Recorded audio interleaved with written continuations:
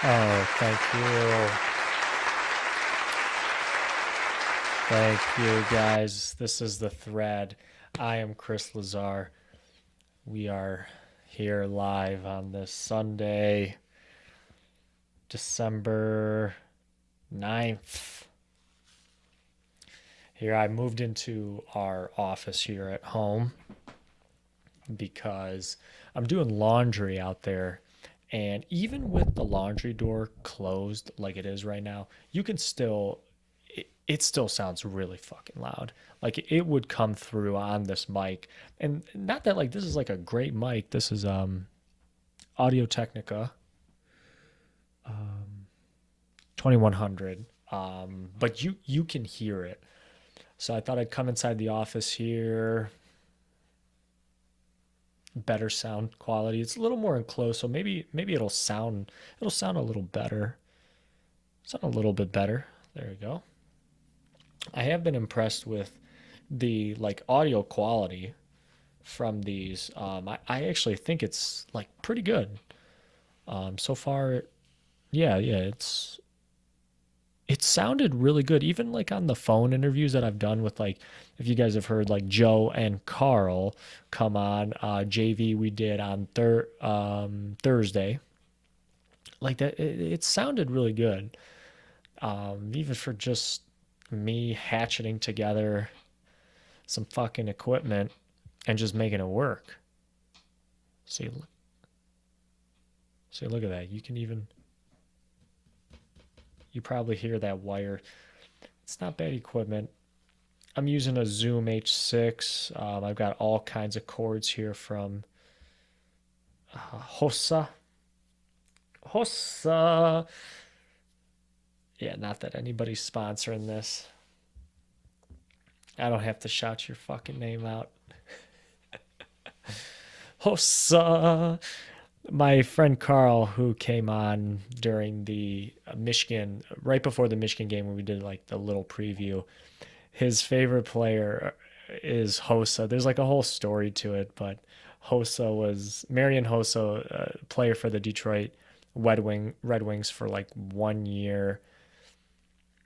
Before that, he was on the Penguins. The Wings won the cup in '08. Yeah, I think it was '08. And then Hossa says like, okay, I want to go to Hockey Town and I want to win a cup.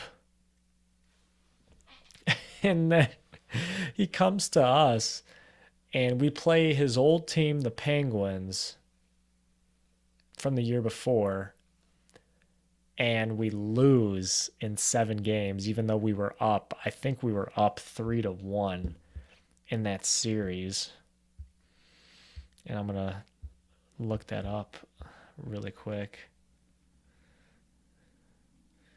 We were up 3-1. I remember watching it. Um, I remember watching game 7, I think, at my other friend Chris's house during his grad party, because this was '09, and the Wings lost, and we were like, oh, fuck your grad party. We're out of here. Fuck this. Yeah. So yeah, 2009. Wings were okay. No, the Wings were up 2-0, and then we were up three. Is that right? 3-2, and we just didn't didn't close it out. That one hurts. I'm not like the biggest hockey fan, really, but that was kind of like the last straw for me with like kind of watching hockey. That like that season, and really it was the lockout that kind of did it for me. Whenever that was after the lockout, I just never looked at hockey the same. Because when you spend like a whole year not playing hockey and not seeing games, I just I just didn't look at it the same. I kind of forgot about it, and hockey kind of took a back seat. But I used to really like hockey. I remember '02, that team, the Red Wings team, and killing it.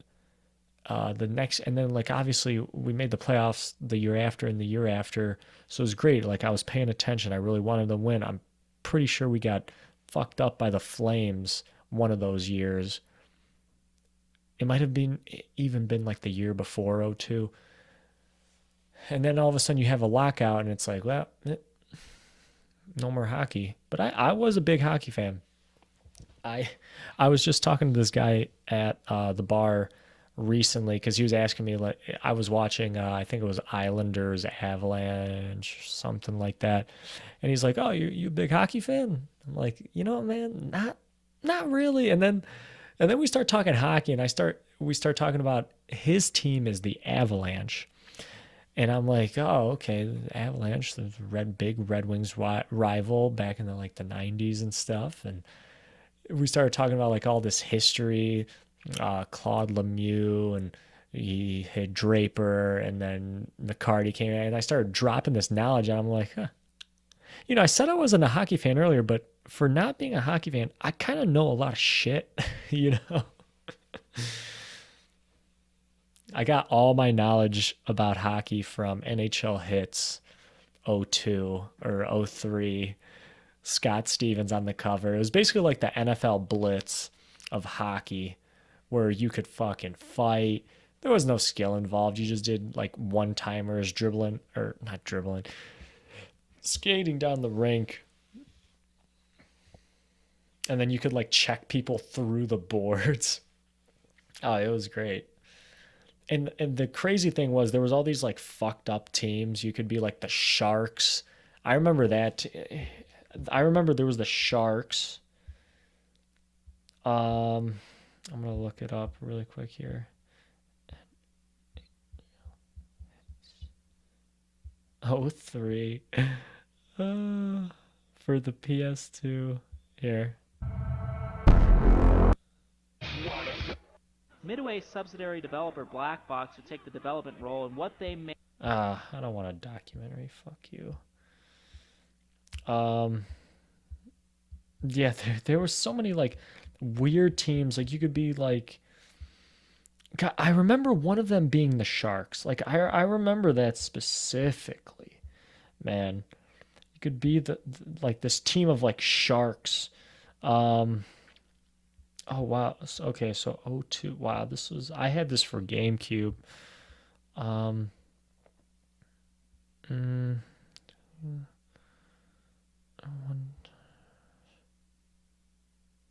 oh yeah, then a player would go on fire if they score 3 goals in one game, and then they get on fire and making them tough to knock down, giving them more powerful shot. If any team scores 3 interrupted one timers, they achieve team fire, which every player has blue flames around them. There are, oh yeah, it was so cool when people would go on fire. Like they would like pump their fists up to the air, and then all of a sudden lightning would come down. Oh man, what a good game. God, I want this game now again. Nicholas Lindstrom was on the cover of NHL Hits Pro. What the fuck game is this? I remember this game. When did this come out? Okay, this was like a year after. 81 out of 100 on Metacritic, so it's got to be like pretty good. Anyway, speaking of games, my brother just got the fucking game of the year. You know it's going to win game of the year. Super Smash Brothers Ultimate for the Switch. Dude, I watched him play it. He hooked it up to the TV over here. It looks so badass. I'm not gonna lie. I'm not gonna. It looks like I always said that the Super Smash Brothers for N64. Hey, come tell them how good Super Smash is. No, come in here and say it. What? Go. Hook it up to the TV. That was him. I want him to come over here and kind of like explain the game because games have kind of surpassed me. Like, I don't really play video games. Um, I don't know. I just don't really play video games. Not to say that the time that I spend playing video games is probably went into like other things like just fucking being on the internet and watching YouTube and podcasts and shit. So I'm not talking bad about games. I just don't really play them. But Super Smash makes me want to play again because I've always said that the Super Smash Brothers for the N64 was a phenomenal game, dude. That game was so fun, so fucking like you look back at it, like I guarantee like a young kid like today, like that fucking ninja kid who's like the most popular video game player or whatever right now, he would probably look back at Super Smash Brothers 64 and be like, what the fuck kind of blocky shit? What the fuck kind of like 1980s arcade joystick two button game is this? With only 10 characters and no story mode. What the fuck is it? But he just he wouldn't understand. He just would not. Actually, he would understand because Ninja's 27 years old. So he's the same age as me. So never mind. I thought he was a lot younger than that. Ah, fuck me, right? So sorry, Ninja. But dude, nothing surpassed. God damn it, is my brother's. God damn it, my brother's taking a shower, and it's like right here next to the office. Shit. So sorry for the background noise. What was I saying? Super Smash Brothers, and for the N64 was so good. We still play to this day. That guy Carl that you heard, he still has an N64 and he has Super Smash on it. He'll bring it to like places. Whenever we get like all the thread, whenever we get everybody together, he will bring the N64 and we will play it, and it's fucking awesome, man. I miss that game, man. I miss it. Like, and Melee's great. My brother has always said Melee was the best one, and I tell him no, the 64 one was the best one. Melee was good. Now they got this one, Ultimate, which looks so cool. It's like they put together Super Smash with Breath of the Wild, Legend of Zelda Breath of the Wild, as far as the solo mode goes, because the solo mode, it looks like you can actually free roam around and shit. Like it looks really cool. It looks really cool. Like I want to play it. I really do. I want to play him because he would probably kick my ass. Oh shit! See, look at that. I'm touching all this shit. He would probably kick my ass though. Video games have kind of surpassed me at this point. Um, but I used to be really good. Whenever I would play like Carl and stuff in Super Smash, I would win. My character is Fox. Is Fox? You know what? Some people say he's a cheap character. He might be, especially in the 64 version. He's very fast. That's why I really like him. And that, I tell you what, man, that his reflector shield is so useful. It is so, like, I get people with that so many times where they throw an item, a reflector shield, and the item just bounces and hits them right back. I've gotten so many people like that, man.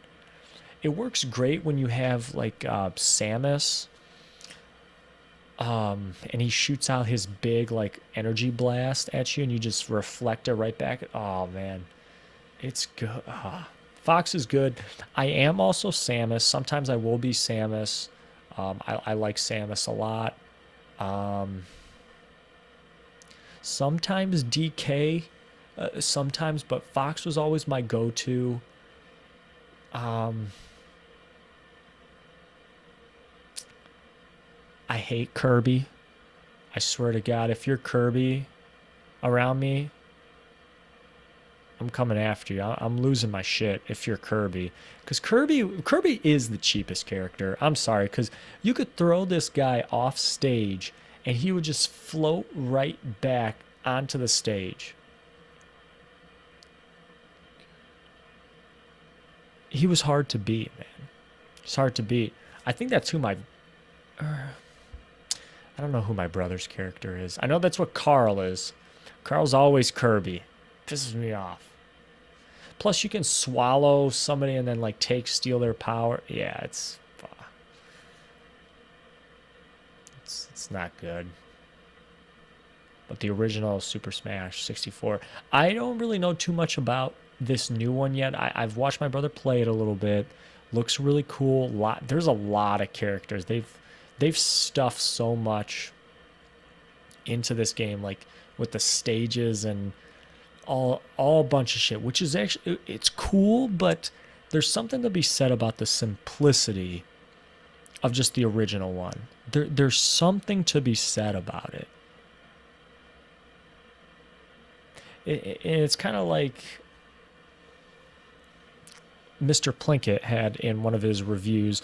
I highly suggest you guys watch the Mr. Plinkett Star Wars reviews of like episodes 1, 2, 3. He did Force Awakens, and yeah, he did Last Jedi too. But they are like required viewing if you want to be in the thread. If if you want to talk to me, it is required that you watch those reviews. You know what's funny too is for how much he like shits on those George Lucas prequels, I still like them.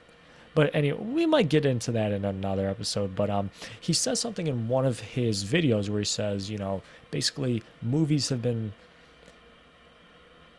like basically having tons of CGI in movies has like ruined movies basically, and maybe something can be said for that with like video games. I mean, look at like the video games you see in arcades. You don't see fucking Call of Duty in arcades, people playing that. You see like Time Crisis, like something simple. Just you got a gun, you move around, and you shoot people.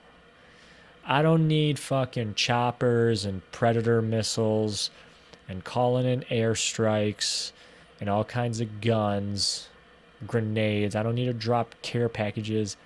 Hey, just give me a weapon. Tell me where I need to go, and I'll go there. There's something to be said about the simplicity of games. Look at all these arcades. They got all the old games in there, and they still in there, and people still play. Go to any bowling alley. You're not going to see Elder Scrolls Skyrim. No. You're going to see Street Fighter, maybe Mortal Kombat, something like that. There's something to be said about that. There really is. There really, really is.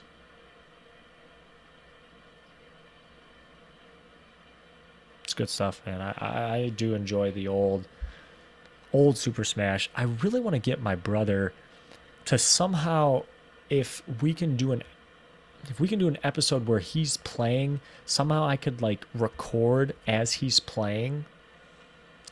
I don't know how you would do that though. You record him or him playing, and I'll like kind of talk over it just so like we can get some gameplay. And that's what I would love to do, and kind of like review it, maybe even like while I'm playing. I think that would be pretty badass. But he's been pissed off like all day, and I guarantee you it's because he's been playing all day. He's been playing Super Smash all day. He's probably losing so bad, right? He gets so pissed, and I can tell too, because he'll always get like pissed whenever I talk to him, I'll try to like come up there, like say what up to him. He's like, "Go away!" Like, you just died again, didn't you? You lost another, you lost another boss battle, didn't you? Go away! No. Like, all right, I'll go away.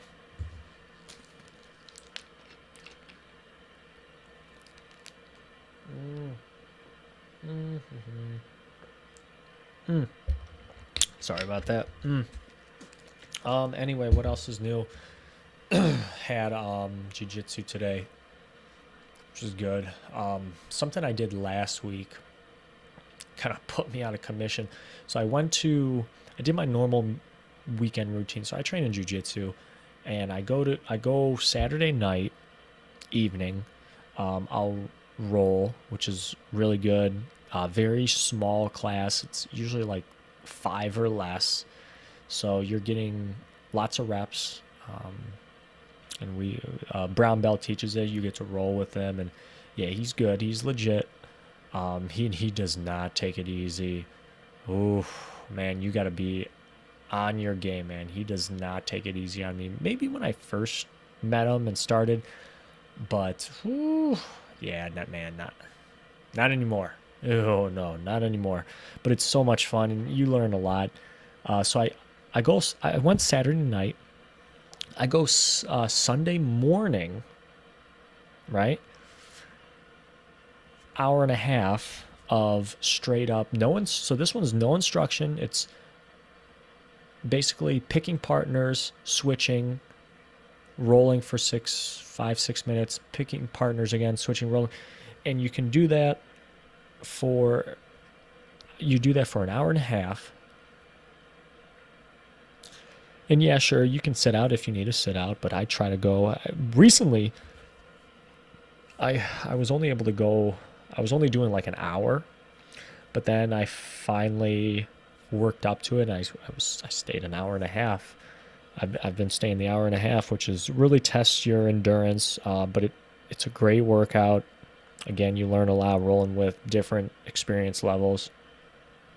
And then after later that day, I went and I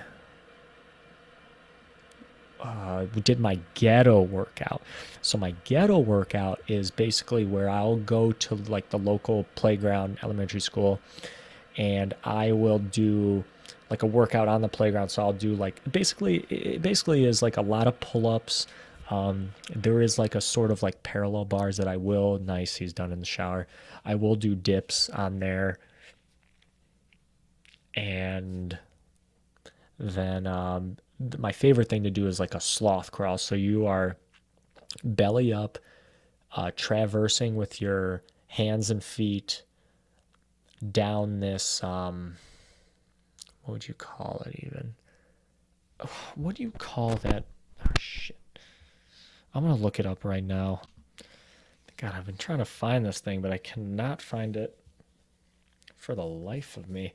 It's basically the thing where there's a handle and there's two platforms, and you basically grab onto the handle and then you kind of zip line across, and it's like you're wheeling through this like a big long bar. I don't even know what you would call it, like a zip line, but instead of the wire, you are going down this like metal bar. And I'll go on there and I'll go sloth crawl, belly up, hands and feet traversing down and then going backwards. So it's like, I mean, it's a full body workout.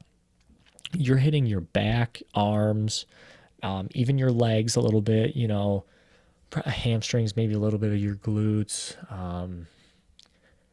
Great workout. So I did that. Keep in mind, it is freezing outside. All right, here in Michigan, it's decently cold. So hands are getting cold, gripping this, freezing metal. And I do wear gloves, but still. So I did that. Got to work on it. Then I did my sprint workout. I went to the local college over here and I did sprints.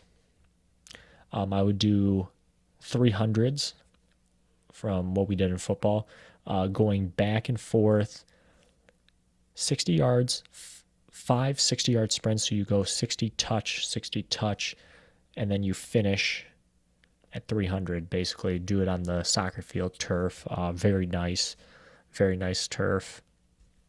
I did that. Then I did gassers, the width of the field, so just their back. So a little more focused on explosiveness versus endurance, maybe a little bit, which is what I mean.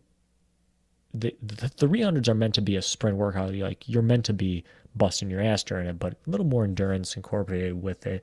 And then I did bear crawls, which are a fucking bitch, man.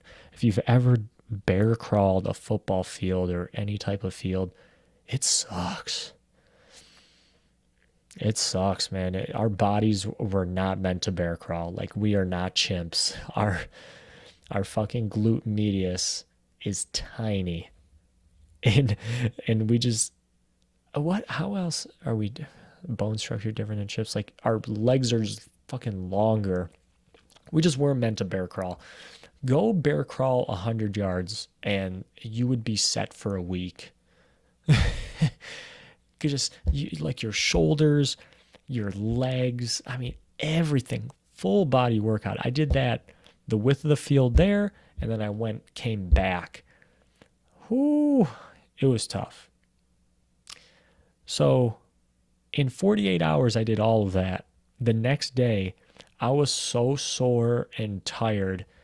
And I usually go to jujitsu on Mondays after work. But I was like, man, I need a rest. As much as I want to do this, I need a rest.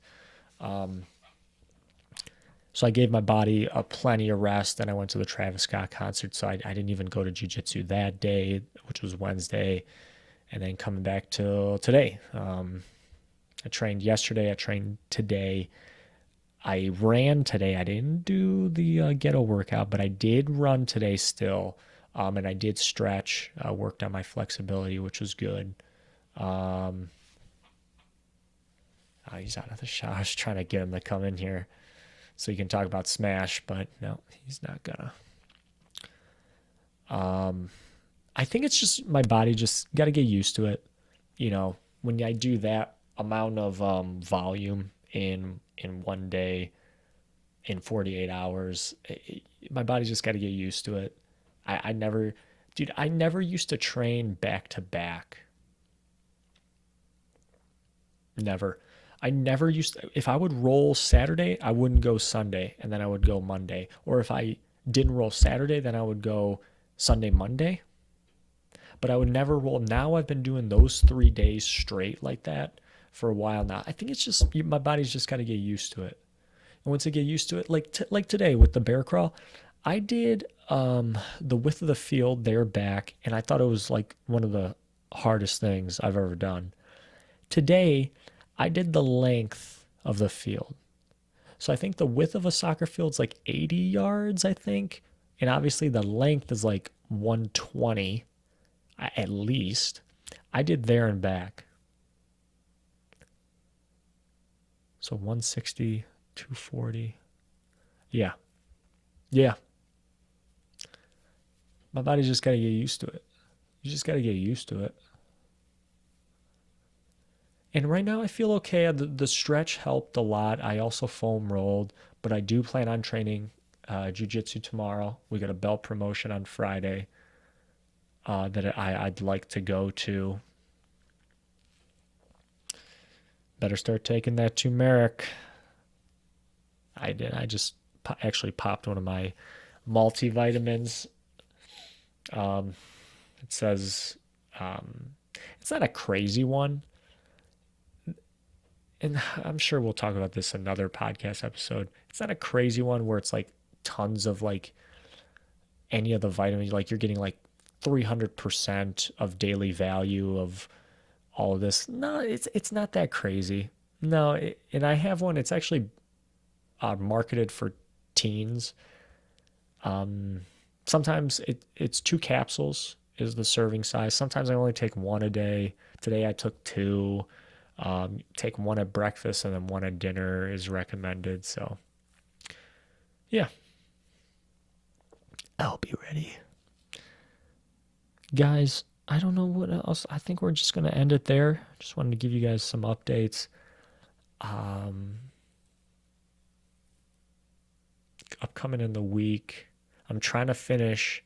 I'm so close to finishing Nassim Taleb's book, Skin in the Game, which is a great, great book. What's Sorry, I don't know why I'm reading NFL news alerts. Um, yeah, I'm trying to finish his book. I'm close. I'm close. Probably more than 2/3 done. Yeah, maybe even like 75%. I'm really close to completing it, so trying to get that done. So maybe next time I will maybe share some thoughts on the book with you guys. We'll try to bring on another guest. Yeah, 30 minutes, 31 minutes in. That's a good time to wrap up. Thank you all. I'll try to make it more entertaining next time. God bless. See ya.